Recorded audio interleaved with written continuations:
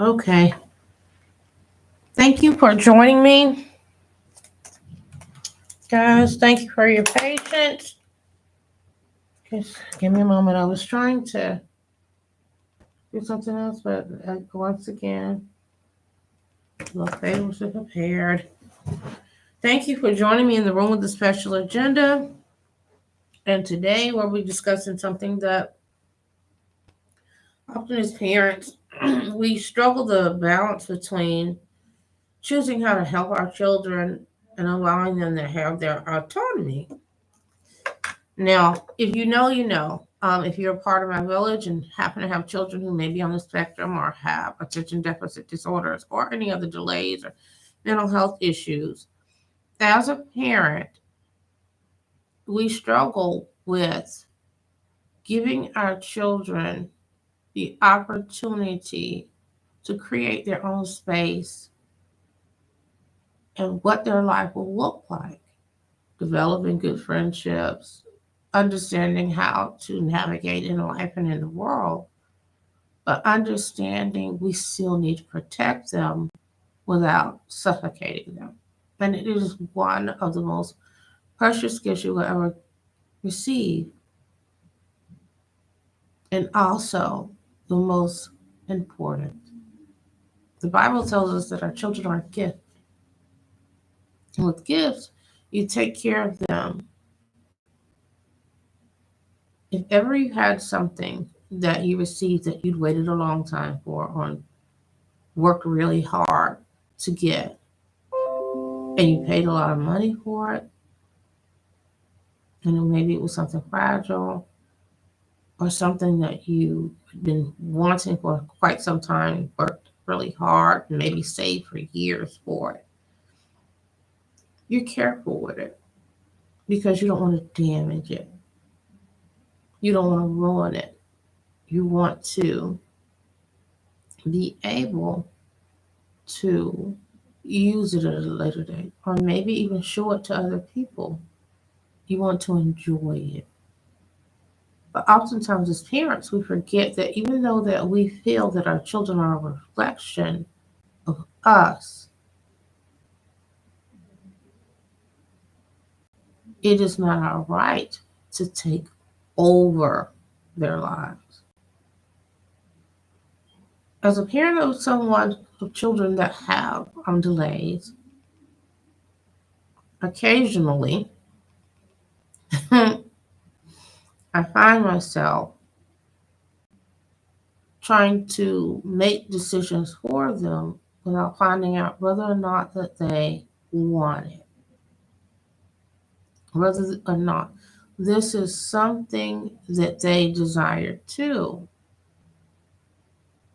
So we have to strike a balance between whether this will be good for them or are we doing this because we want it.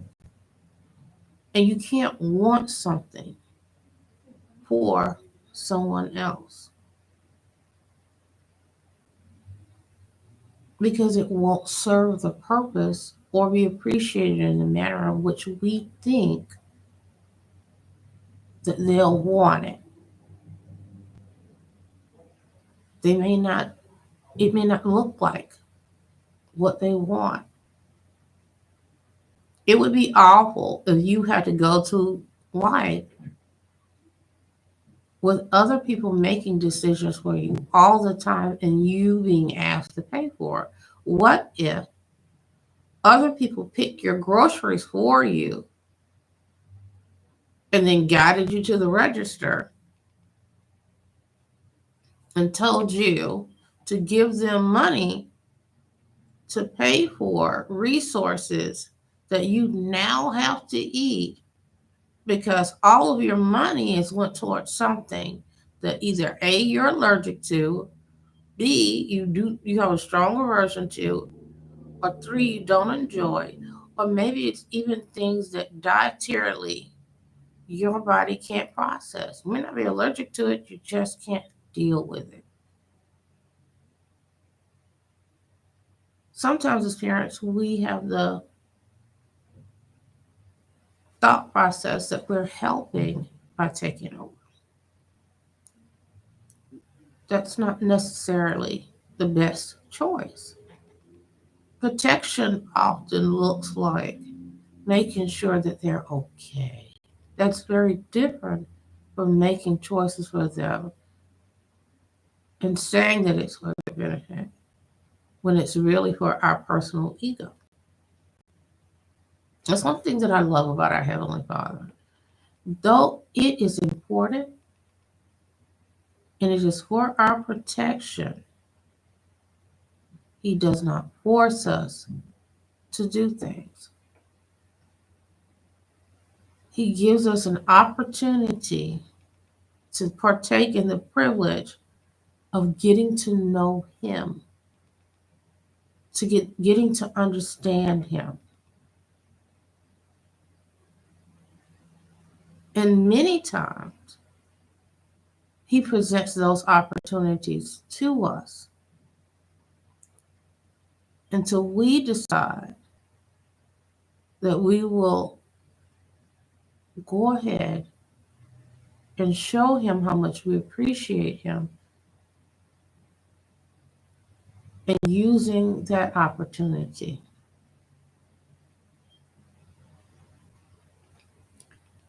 But as parents, we have to be mindful that in teaching them how to develop a relationship with our Heavenly Father, we are not so forceful that we leave a bad taste in their mouth.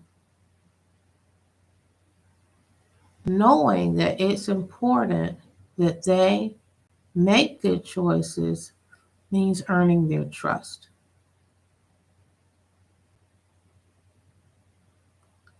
Giving them opportunities to communicate with us effectively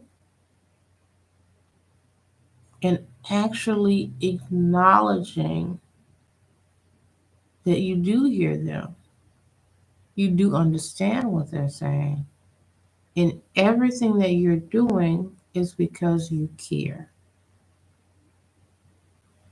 It doesn't mean that you allow them free will to make bad choices that are dangerous.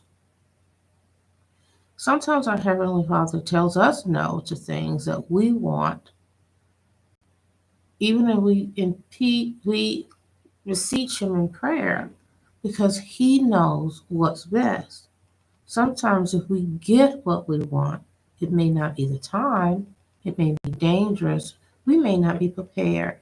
My son asked me something today that I thought was such a pertinent question, and it really took me aback. We were discussing something and about being prepared, and he asked me whether or not I thought he was worthy, which I never thought that that was the perspective he had regarding the discussion we were having. And I had to explain to him that sometimes the reason I'll let you know that you're not ready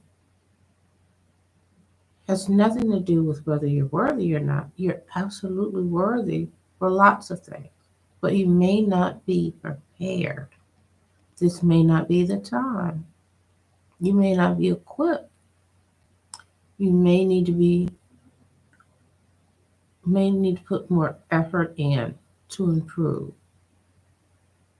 Many times, as parents, the reason that we don't allow them that is because we're so afraid that they'll make certain choices that may affect their life dangerously, that not in one which the harm will come to, but they may miss an opportunity, that we don't give them a chance on their own to discern that. Even though our Heavenly Father often doesn't give us what we want,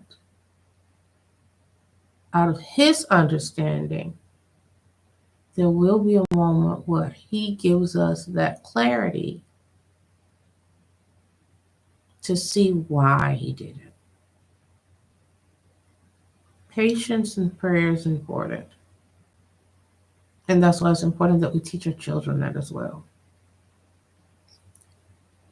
That our decisions are not formed with the intent of hurting them or denying them anything. Because a loving parent is always concerned for their child's well being. The purpose of correction is not punishment, it is to teach.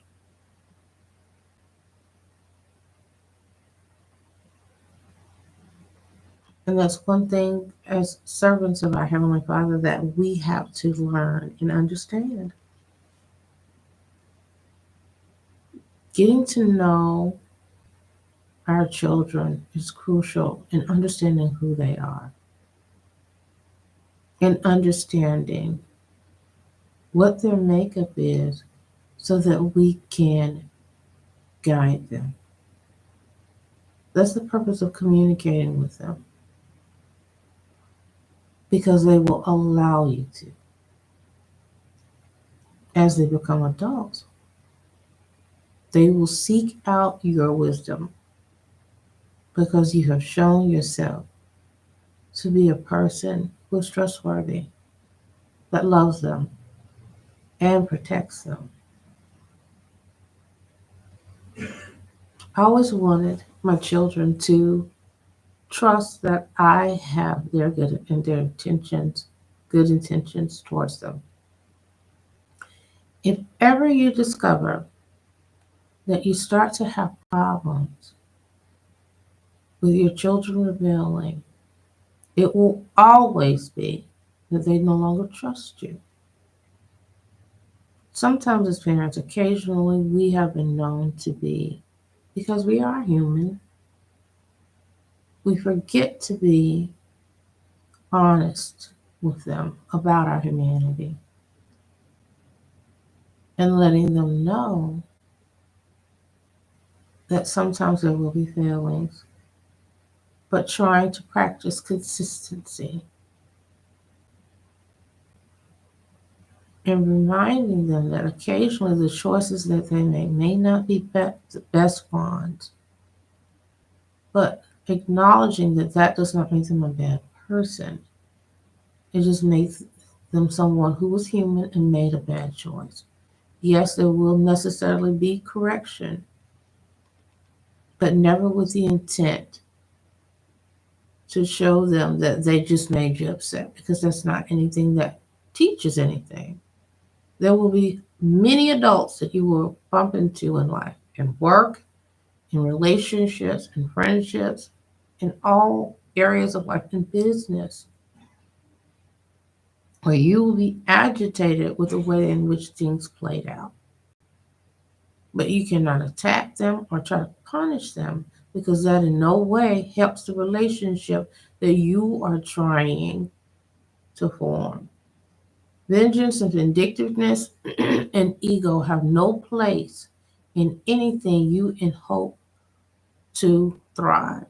If you had a plant and it wasn't thriving, if it didn't grow in the way that you thought that it should, if the leaves started to fall off, what you would do would be to find a solution where you could help that plant to grow. You wouldn't poison it to teach it a lesson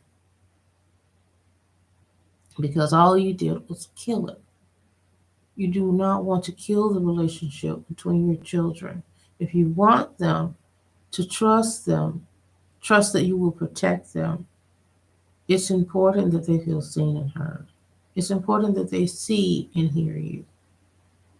Having vulnerable conversations with your children about what your expectations are and why is key.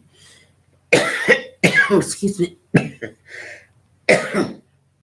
It's key. As parents, we never know how much time that we have. And we never know how much those talks mean to your children.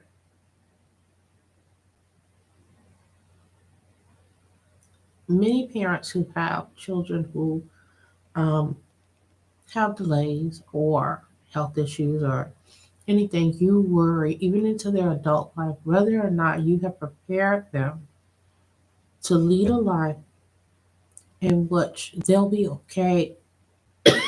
Sorry, if you're not there. And having to face it is one of the biggest things that we sit with daily, trying to make sure that you do the best job you can. But in order for you to help them, you have to make sure that you are honoring the relationship you have, that you were gifted by our Heavenly Father, and conduct that relationship as He does with you. To our Heavenly Father, we don't live long as humans in the imperfect state that we're in. So we are, in fact, children and very young and very flawed. But the way in which He handles us, the way in which He gives us grace when we are making poor decisions, in spite of the fact that He has given us information and constantly lets us know how much He means, how much we mean to Him when He did not have to open that opportunity up to even communicate with Him through prayer. We have to keep the lines of communication open with our children so that they will keep it open with us. Even silence is a form of communication. I've found that talking to my kids and comforting them when they're upset rather than getting upset at which the way in which their anger presents or frustration presents itself is important. And they'll give you space sometime as they get to be old enough to understand. But talking until you're both clear on what's happened and why it's happening, rather than just trying to correct their behavior, it's important to find out why. If you had to put gas in your car every couple of blocks, that wouldn't be a viable solution. At some point, you'd have to try to figure out where the gas is going.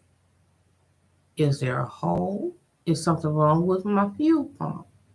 What's happening that's causing this problem? You would just not try to figure it out. A lot of times, when our children start to present certain behaviors, it's important before we correct, find out why this was happening. If you can find out why, usually you can resolve it so that not only are they corrected, they understand so that this won't become a problem in the future. Now, I can't guarantee there won't be other problems because they're still learning, but they need to know that they can always trust you to tell you whatever is going on. Because if you can help them understand you and know that you understand them, He can help them develop a close relationship with our Heavenly Father. And if you can do that, once they form a relationship with Him, they will understand why they should be appreciative of having one with Him. Take the time to help your children understand how much they mean to you because that's a large part of their mental health issues. And sometimes some of ours, as a parent, you will definitely get overwhelmed. It's a huge part of parenting sometimes is being overwhelmed. But let us be gracious in how we treat them so that we don't take our overwhelm out on them. You all have a wonderful evening. Take care of each other. Show each other how much you love each other. Every second that you have is precious. Make sure the ones that mean everything to you know that. Have a great night.